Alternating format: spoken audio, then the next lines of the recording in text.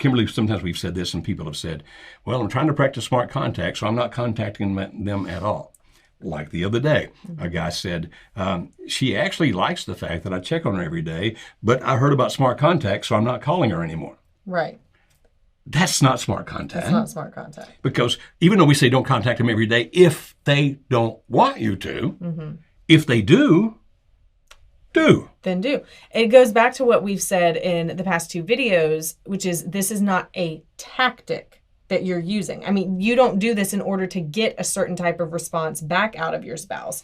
You're doing this as a type of communication. It's something that it's a change in the way that you would probably in the past, the way that you have handled the communication, and you're doing it differently. You're asking yourself questions before you reach out. You're making sure you're having a reason to. We'll talk about that more in future videos, but it's not a tactic. It's a way of communicating.